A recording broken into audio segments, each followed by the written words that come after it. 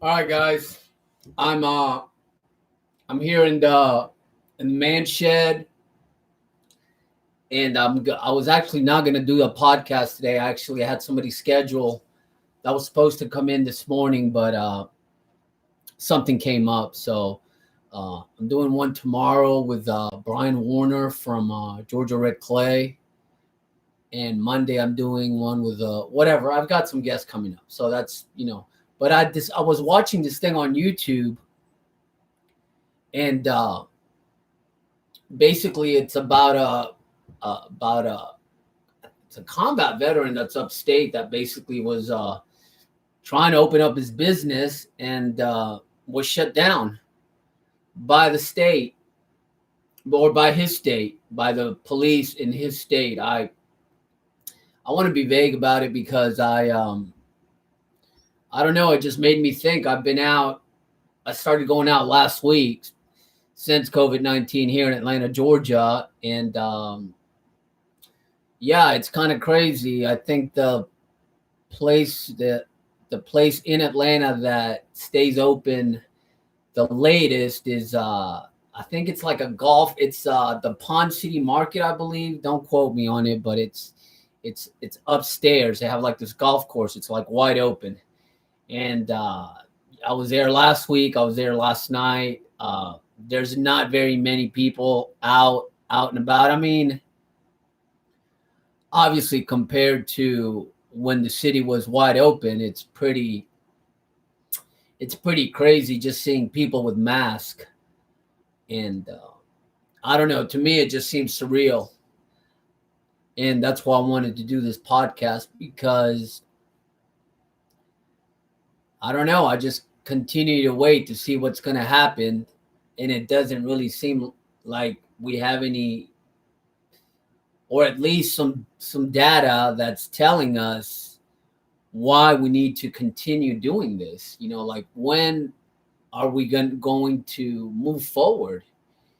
And as always, like I said, what concerns me the most is people that have been out of work for 50 plus days. And we're one of the few states that we are actually starting to open slowly but surely. So, it's just concerning to me of, like, how long are people supposed to hold out in their homes? How are they going to pay their bills? How have they paid their bills if you haven't worked in over a month? So whatever, it just saddens me, because especially now going into Memorial Day weekend, to honor all the men and women that have given everything for our nation so we could be free, so we can be free like Americans. I continue to play bro science because I think I'm a pretty practical thinker. I think I am.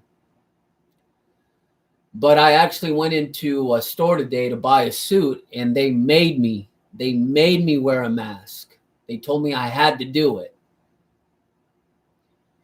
And because I believe that I am a healthy man, even though I am 47 years old,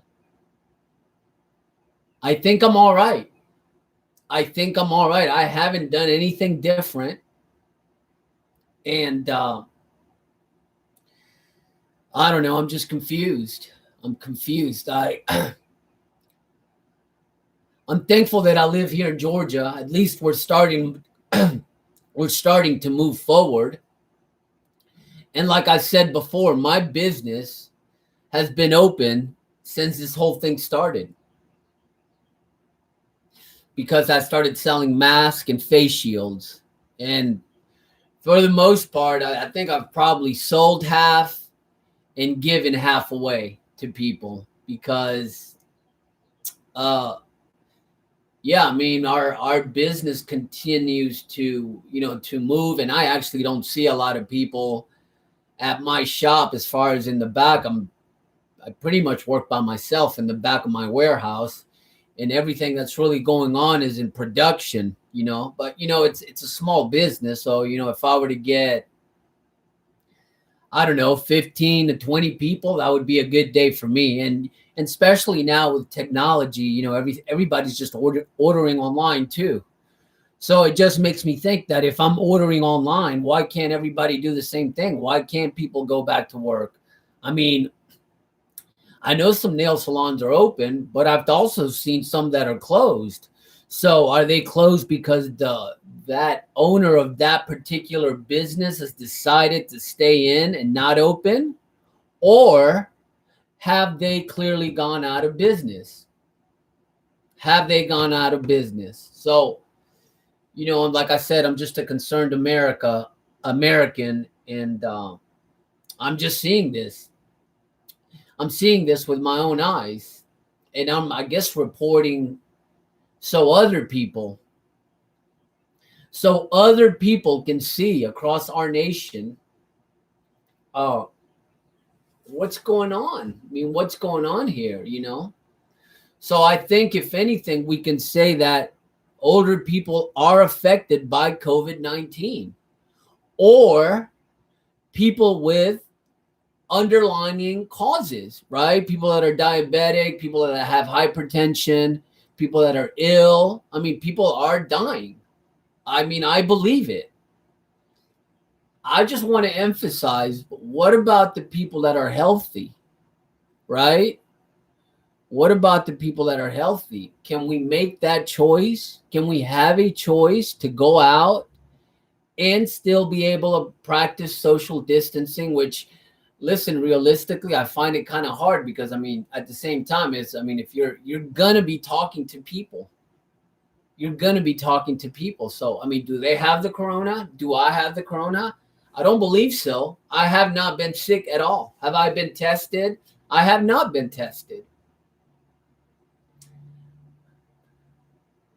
But I don't know. I would emphasize people to get more information, because I know that for my home state of Georgia, 90 something percent of the people that are actually being affected with COVID-19 are over 65, right?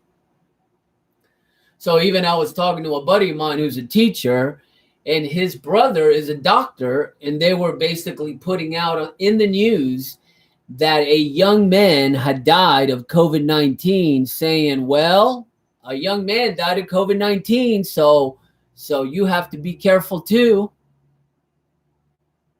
Well, come to find out, this young man weighed 450 pounds. Right?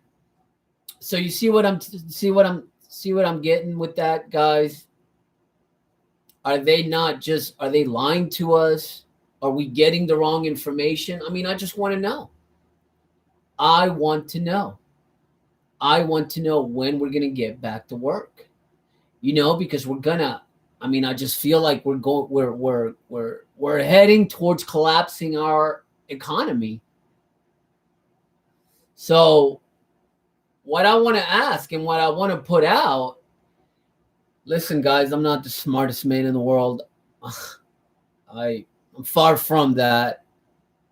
I just want to put it out there. Like, this is almost like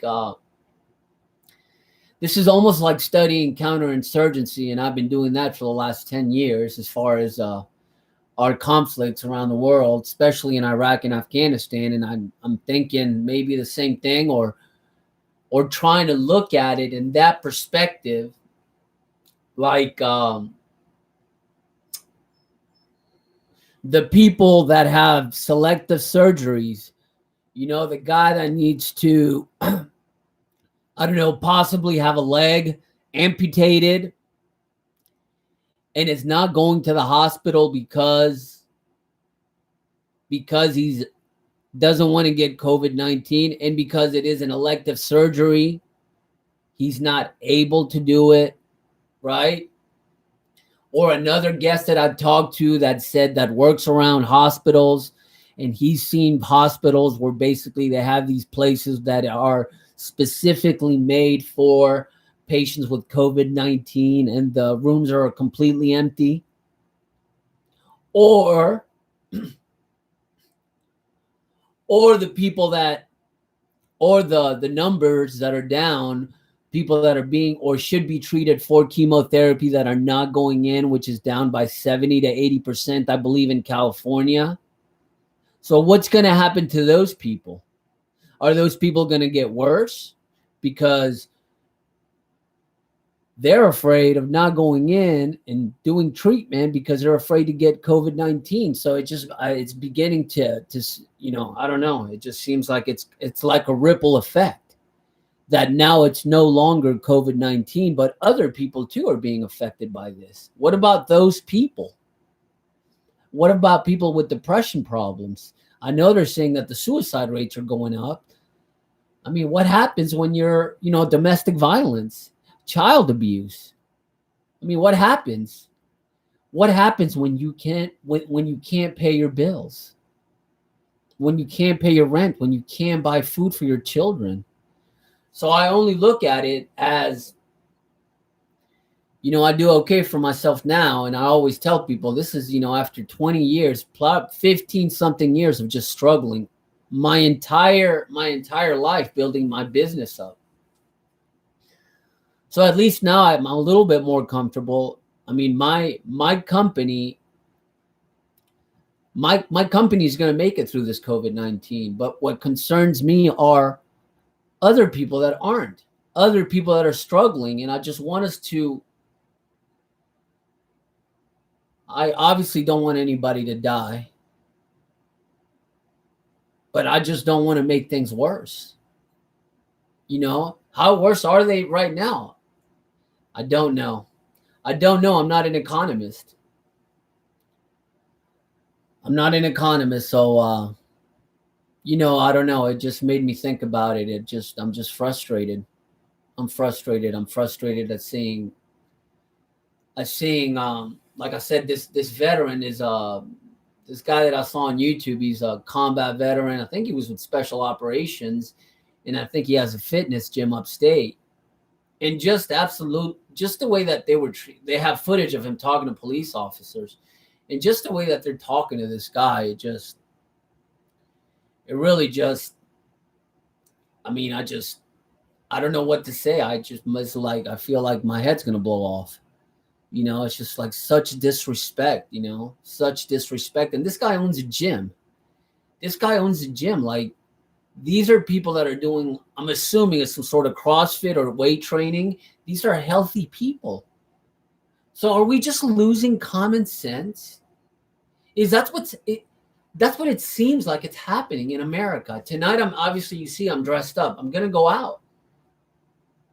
I'm going out tonight. I don't think it's going to be any different than it was yesterday. It may be a little busier, but it's slow. It's very slow. People are there, but I mean, I would say it's maybe a fourth of what it should be. Not a half, but definitely, yeah, I'd say about a fourth as far as the people that you see, and the waiters, wearing face masks and wearing surgical gloves. It's just, it's bizarre, guys. It's just so strange. It's so strange, but yeah, I wanted to just, I don't know, man, push this out. I want to know what you guys are thinking. And just so, to put content, to maybe I can show other people what's happening here in Georgia, and we can go by what's happening in Georgia to what's happening in other states. Because I know that up north, they're basically extending the quarantine. So, man, I'm just thankful I live here in Georgia. But like I said, this is what I'm seeing right now, guys. This is ground truth for me. This is what I'm seeing on the streets, because I'm going out. I'm going out on Friday. I went out last night. I'm going out today. And about after I do this, and I'll tell you how it went tomorrow. tomorrow when I do the interview with Brian Warner, and see if it's gotten a little busier. Hopefully it will. I think that for us, it's supposed to be at the end of the month. At the end of the month, they're supposed to open up like clubs and bars and things like that. And I think big like music venues. And yeah, guys, like I said, and I actually, man, I try not to keep I don't really pay attention to when Memorial Day is, but when it comes up, obviously it's a day of remembrance for all those great Americans that we lost fighting our nation's wars. Okay? Let's get it straight. For all you people on social media, I know you want to put pictures of yourself when you served, and that's great. Awesome. But let's remember that Memorial Day is not Veterans Day, okay? Memorial Day is to remember all those great Americans that gave their last measure of devotion to our country, to our nation, so that we can be free. And for our soldiers and our Marines and our sailors and our airmen that are still in places like Iraq and Afghanistan. Okay? So to put it into perspective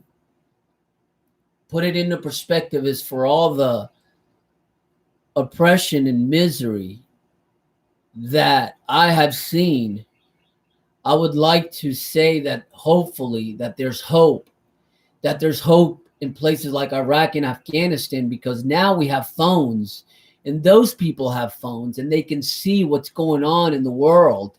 They can see that things are changing for the better, and that they can see that there are people living in Western society that live certainly a lot better than they do. And they can have hope for the future.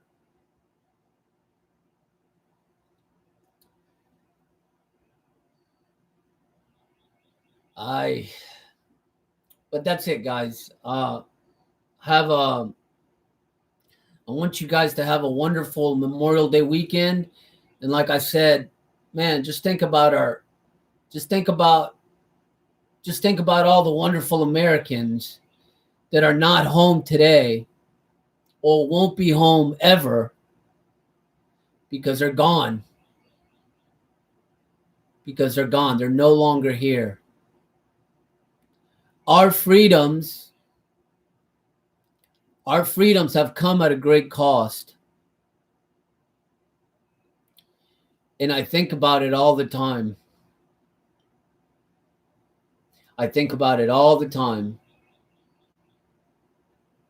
And people like Staff Sergeant Alex French and Lieutenant Cunningham are no longer here. I believe Lieutenant Cunningham had 2 children, and he died in 2000 in 2010, 2011, and Staff Sergeant Alex French died in 2009 and 2010. I believe it was September 28th, 29th. But so yeah, guys, if you're a veteran and people say thank you for your service, okay, yeah, Roger, I'm tracking, but could you tell them, this isn't Veterans Day. This isn't this is Memorial Day, okay? This weekend is to remember all Americans that have died in armed conflict, that have died for our country, and not just for our country, but for other people's freedoms. Okay? America is the last best hope, in my opinion. we're not perfect. We're not perfect, but we're pretty doggone good. And I'm incredibly proud to be an American. Incredibly proud and incredibly humbled that better men than me gave their lives so myself and my family could live free.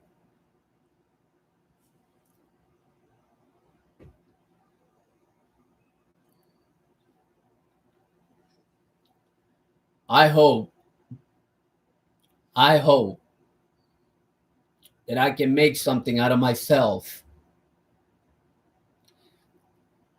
and make all those people proud to try to live a good life because they didn't have a chance. They didn't have a chance. So like I said, I wasn't planning on making a podcast, but I just saw this on YouTube and I just found it so disrespectful. So disrespectful for a police officer. I don't know who this guy was to be talking to this guy like this. This guy's just trying to run his business and he's being treated like a criminal. I don't understand this. What's happening to my country? What's happening? Please, to all the citizens, all Americans, let's pay attention. This goes against our Constitution. But that's it, folks. I just wanted to put it out. I just wanted to, I don't know, kind of push out what I'm thinking about right now. And I'm just frustrated. Just frustrated. But that's it, guys. Like I said, I have a wonderful Memorial Day weekend. And hopefully my next door neighbor that lives behind me doesn't start popping off fireworks. I don't understand why he does that. I think he's I don't think he's from here, but I think he's got his holidays mixed up. I don't know. Maybe he's just a mouth breather. I don't know what to say. But yeah, every Memorial Day he starts doing the fireworks. I don't know. But okay, nonetheless. But that's it, guys. Be good, be safe, and for the old breed, keep getting after it. Oh yeah, and like I said, this is for you, for all the guys in these so-called manosphere dudes putting out all this information. When you go out, guys, remember what I was talking about earlier. If you're gonna go out, yeah, you don't have to wear a three-piece suit like myself. I mean, obviously, I'm 47 years old, so I'm not just gonna wear a regular t-shirt and some jeans. I like to look, like I said, especially when I go out, I do a lot of business. So obviously I want to look the part too. But as you can, from my past podcast, guys, I'm like a t-shirt and, pants and boots and cargo pants. I mean, that's pretty much all I wear when I'm not going out. But, like I said, I want to push this out to you guys because you don't have to wear a three-piece suit, but please take a little bit more pride when you go out. Okay? Take a little bit more pride. And trust me, if you dress a little bit better, you're going to be treated better. Okay? Not just by bartenders and waitresses, but by other people. Right? So yeah. So like I said, I've talked about this before. Yeah, just take a little pride in what you wear. Right?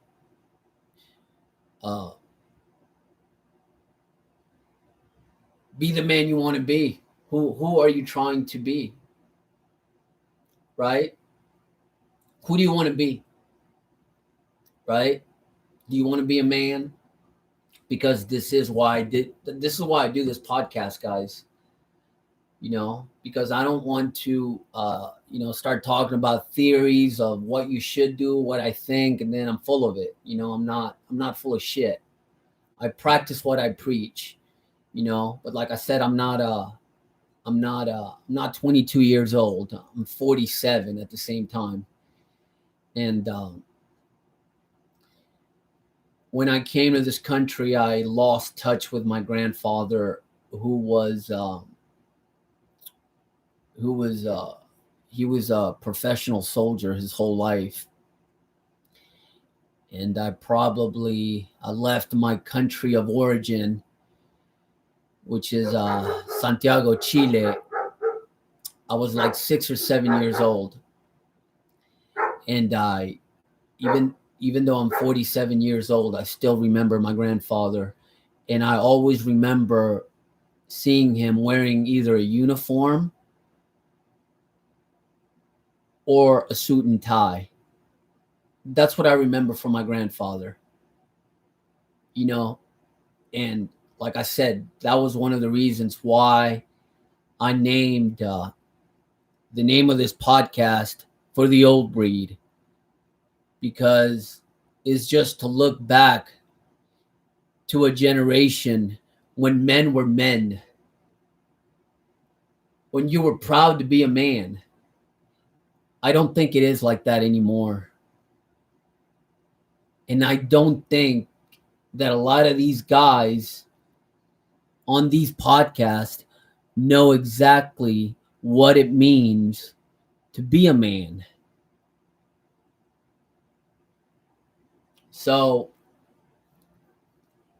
there it is, folks. For all you guys that are going out there by yourselves, that's what you need to do. Go out by yourself. For all you pipe hitters out there, test yourself. Test yourself. If you get rejected, for you young guys, if you get rejected, it's okay. It's okay. Just go to the next person. Go to the next woman. Okay? Don't look at it as something negative. Just look at it as something that is. It just is. But just think that even if you sound it, let's say you approach somebody and you don't come off right and you're nervous and you mumble, and listen, don't worry about it. It gets better. It gets easier. Okay? Charisma, it's not just, or as they like to call it, game. Game, it's not just about picking up women. Game is about everything that you do in life. Okay? You should probably work on your charisma if you want to have a business, because you are going to be talking to a lot of people. Okay? I learned a lot. A lot of the things that I learned because when I was in the Army, I was having to manage people towards the end of my career, right? So like I said, and I've said it before, I noticed that they would watch me.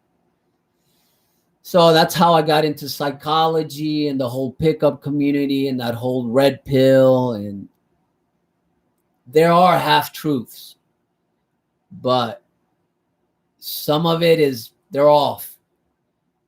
They're off, guys. So, take some of it, but do more research. Okay? Do more research. But wow, I think I've said enough, guys. So, like I said, I will see you guys tomorrow with hopefully Brian Warner is going to be here. We could do another podcast.